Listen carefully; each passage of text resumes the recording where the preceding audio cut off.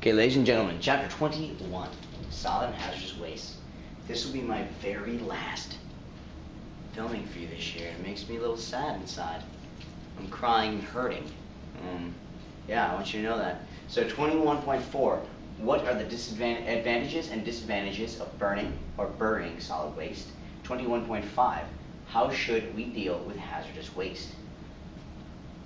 Okay, I know. Let's burn it, right? Okay, so incinerators burn waste to boil water for electricity or heating. Okay, so yeah, we can burn waste. It makes sense, right? We need something to burn in these power plants anyway. So can we burn our waste? Absolutely. It reduces waste volume by 90%, which is great because one of the biggest problems with solid waste is where do we put it all?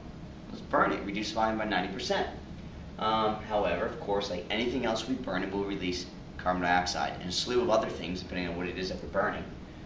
It encourages waste production. It needs lots of waste to burn in order to operate. So if you own an incinerator, you don't want people that, because usually you have something set up with the local garbage company and you buy the waste, from them and they go and collect it.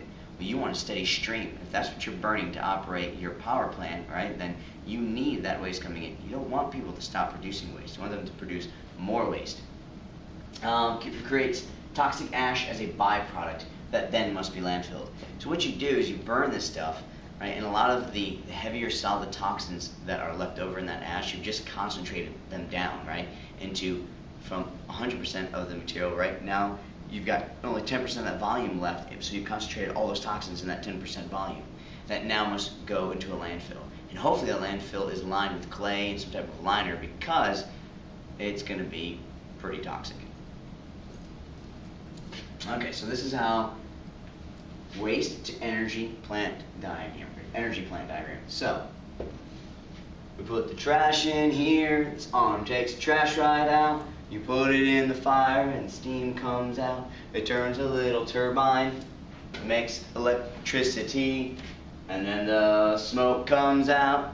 There you go. It's a little ditty for you guys. Hope you enjoyed that. So take a look at this. Pause it. It's in your book. Here's the trash. You burn it to make steam, so you have your other power plant, turn a turbine, and then all the leftover water vapors and gases are exhausted. Okay? Landfills. Most waste in the United States is landfilled. That seems important. Maybe you want to start that one. Most waste in the U.S. is landfilled. With two types of dumps. Those in developing countries, the ones that lack the infrastructure, equipment, and organization of in their landfills as compared to developed country landfills. So they're just called open dumps. Open holes or fields where garbage is deposited. All right. Now there's benefits and drawbacks to these things. The drawbacks is they're open, so they attract a slew of animals. That go in and infest it, and then these animals can then go out and take, spread diseases, and it's very unsanitary. Okay. The other benefit to it is that since it's not closed in, it does biodegrade much faster than our landfills. Our landfills, they're called sanitary landfills. Waste is spread into layers, and then every day it's covered with clay. That keeps the smell down, keeps the animals out. However, the bad side is that it prevents the biodegradation of the material. I think we have more on that in a second. And they will leak, though. We'll put more on that in a second as well. So landfill types, let me go ahead and shut off the light for a quick second. On the one at the top right is just an open pit landfill in a developing country. And the other two images over here show you what we do. So put the trash in, spread it out, cover it in clay. You can see there's actually segments as well, too. So we can, they cover it. So maybe this took one day to fill and they covered it. This took a second day and then they covered it. And they put a clay cap on top and then they go right on top and they keep going, right? Sounds good, looks good. Landfill advantages. You don't have to burn it, so you're not releasing the CO2. And you don't get that toxic, concentrated ash. They can be built quickly because you just got to dig a hole, right? Low operating costs. Really all you're paying for is just people to run equipment up and down, heavy equipment to spread out the trash and then to put clay over the top. So very low operating costs. And then when they're done with it, they put a really thick layer of clay on top. and then they can use this land for something else. You can see there's a soccer field here. Sometimes they put schools on top of it, county parks, all that. That's the kind of stuff that gets built on top of these landfills. Disadvantages.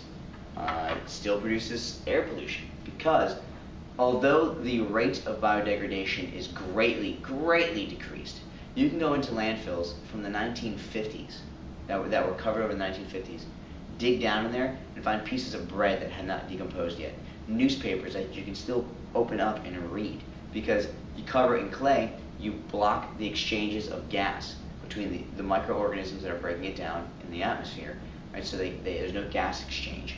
So there's no oxygen available for them. Degradation slows down greatly. So the only ones that thrive in there and do well are the anaerobic bacteria. They say, misnomer, they do well, and they don't do well. It's still slow biodegradation. But the type that takes place is without oxygen, anaerobic, and when you decompose something in the absence of oxygen, you produce methane. So methane is produced in these landfills. If you ever drove by a landfill alongside 95, you ever see those blue flames coming off the top? That's because there is methane gas being produced, and they have pipes running through the landfill, and it collects it and exhausts it out, because if it built up in the landfill, it could literally explode. That wouldn't be good. No bueno. Eventually, even though they have to have a clay and usually a rubber liner on the bottom, they will eventually break. Nothing lasts forever, and it will leak down and could contaminate groundwater. That's no good. So dealing with hazardous wastes, these are produce less of it. Would that be prevention or cleanup? That would be prevention. Convert it to less hazardous waste. That would be cleanup. Put the rest into long-term storage. That would be cleanup as well. Oil, paints, antifreeze, batteries. Physical detox. So what can we do? We can separate out the harmful chemicals. How do we do that? Just like we do with separating all the different components of crude oil. We distill it, right? You heat it up, things evaporate off at different temperatures, so you can boil it and actually separate the different types of toxic chemicals. Or filters, charcoal. Charcoal is a great filter. That's what's in that life straw that I drink out of my fish tank with. It's activated charcoal. You can encapsulate it in glass or cement for long-term storage. The problem is we don't know what to do with a lot of this stuff. So the really highly toxic stuff, put in cement and glass, and then we're like, well, we'll just hold on to it, and then one day, when we know how to deal with it, we'll deal with it. Until then, it's good right here. Chemical detox. It's kind of like, remember when we did waste treatment, tertiary treatment was the use of chemicals, right? You would find the chemical you want to get out of the water, you would get another chemical that binds to it and forms some type of precipitate, a non-harmful precipitate, and then you could get that out of the water. Very similar thing. You add another chemical, there's a chemical reaction, maybe they form another compound that is very easily taken out, filtered out, and then you now have that you can get rid of. So it's really cool. I mean, you guys know chemistry, you've been through it. Just the whole idea, like you take sodium, that metal would kill you if you ate it. You take chlorine, and if you drank chlorine, that would be the death of you as well. But yet you combine them together and you get table salt, something we need, which is why chemistry freaking rocks. So you can use these two things, combine chemicals, and get something that is, not harmful at all.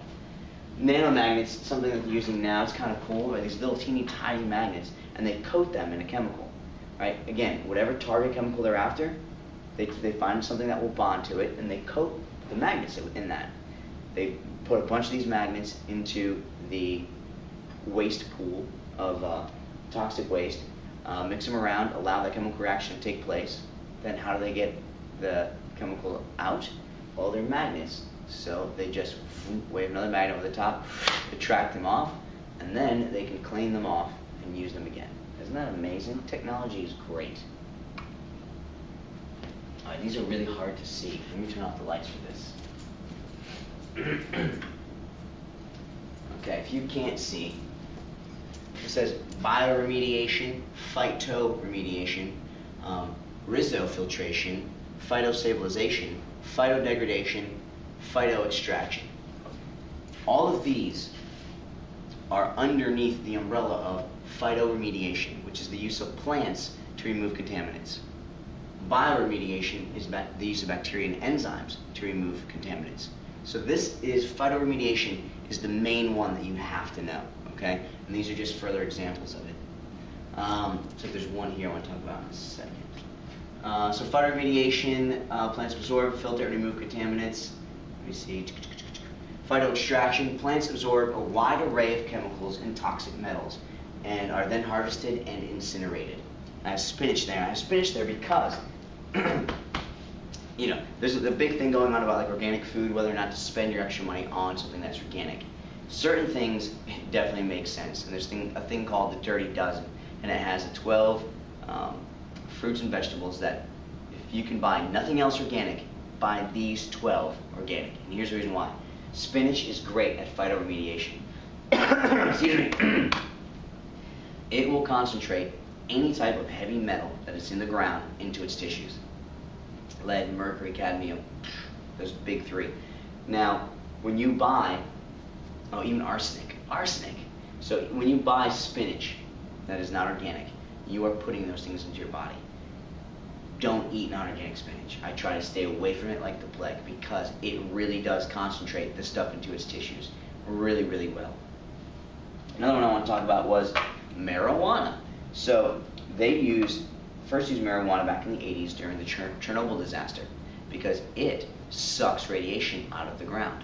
All right, so they take that, absorb the radiation, and then get rid of the marijuana plants and then grow new ones. So we'll call it hemp plants. And they're actually getting ready and gearing up to use it over in Japan because remember the Fukushima Daiichi power plant that erupted? Well, now they've got lots of contaminated soil over there, and they're going to start using the hemp plant to extract it out of the soil. Pretty sweet, right? All right, deep well disposal. Liquid hazardous wastes are pumped into dry porous rock formations below the aquifers. Going back to fracking, that hydraulic fracking fluid, right? That's where they pump a lot of this deep under there to cause the fracking as well. So some people are concerned with, well, wait a minute, haven't we been pumping hazardous waste underground for a long time? Pumping now these fracking fluids and causing fissures and breaks, is this going to exacerbate any type of water contamination? You know, we don't know. Probably. So the majority of the liquid hazardous waste in the United States is pumped into these deep wells, roughly 64%, because we have nothing else to do with it, and there's tons of it, right? Sometimes it can migrate into groundwater. Of course it can. Laws and regulations, this is the RCRA, Resource Conservation and Recovery Act. So the EPA was given power to decide how toxic and hazardous chemicals would be dealt with, and that was the whole idea of it. What will they do? What will the company do with the material once they are no longer using it for their industrial purpose? Unfortunately, though, only 5% of our hazardous waste are regulated under the RCRA. So, how adequate is that law? It's probably antiquated, it needs to be updated. CERCLA, Comprehensive Environmental Response, Compensation and Liability Act, or CERCLA for short, also known as Super Fund. Not fun, fund, like a big pool of money. Super, because it should be big. So it's called a polluter pays program. If you are involved in any type of manufacturing or industry that is known for pollution or uses certain types of waste, you pay every year a certain tax that goes into this fund.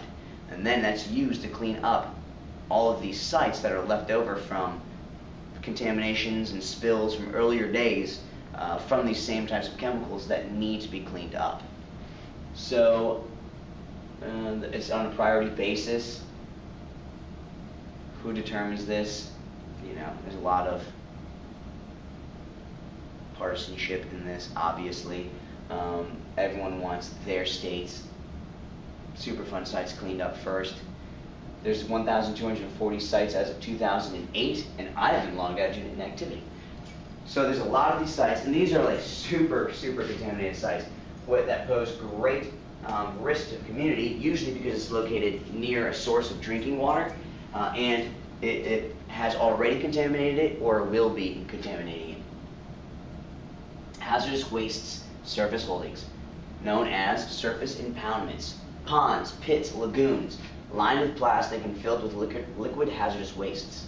However, a study showed that 70% in the United States had no liners. Surprised? No, because a lot of the regulations for these were given over to the companies themselves. They were allowed to self-regulate. Do you think they put the liners down? Hell no, because it's expensive, right? So 70% don't have the liners. That's comforting. So again, just use fracking again because it's a hot button issue. So there's 596 different chemicals mixed together that they pump underground. 596. What do they do with those chemicals when they're done? They come back up. They put them in these surface impoundments, and they just hold on to them. And I'm not really sure what they're going to do with them. Like they're just sitting there in these impoundments, which sucks because it off-gasses some of those chemicals in the atmosphere, causing air pollution. And a lot of them don't have liners, so it's seeping down into the ground and contaminating the groundwater. That's awesome. Love it. And that's it. It has been a great year lecturing in front of this camera to you guys. Much love.